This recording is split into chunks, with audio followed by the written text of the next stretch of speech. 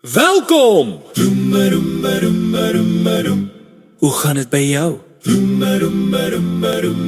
6, 7. Ons aandiens is 10 uit 10. Aanbid, ontdek en leef. Maak nie saak hoe vreemd jy is, jy hoef nie voor te gee, want hier is jy veilig. Vanaand praat ons liefde, 'n lewende lewe. Alleen of saam, op soek of dood gelukkig.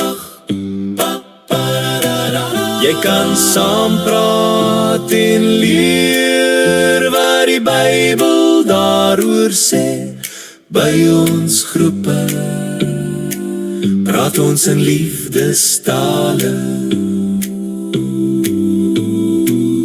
Mooi woorde en komplimente, tyd sonder fone en afleidings, geskenke gegee en net vir jou bedoel, dinge vir jou doen om jou beter te laat voel, of is drukkies gee en krappies op die rug wat werk vir jou.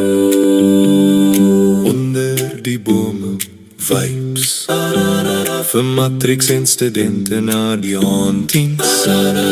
Dis nie net small talk nie, maar groot vrae en heilige grond waar ons soek vir antwoorde. Lydenstyd is uiteindelik hier, ons volg sy swaar pad na die kruis. Op As Woensdag 18 Februarie bid ons terwyl ons stap, sien jou 6 uur. Onthou net